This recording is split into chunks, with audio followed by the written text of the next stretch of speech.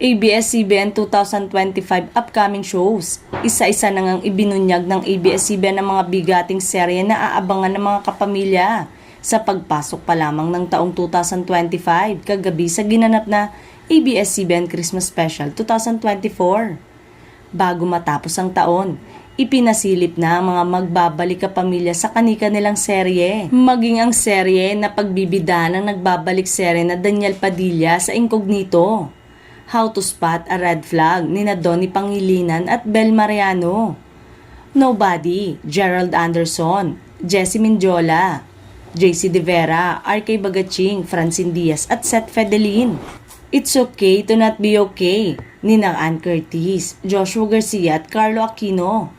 What Lies Beneath nina Julia Barreto, Janela Salvador, Bella Padilla, Charlie Dizon, JM De Guzman at Jake Cuenca. Time to Dance, hosted by Roby Domingo and Jella Taide. Pilipinas Got Talent at ang upcoming teleserye para kina Enrique Hill, Sanjo Marudo at Lovie Po, Janine Gutierrez, Jericho Rosales at James Reid.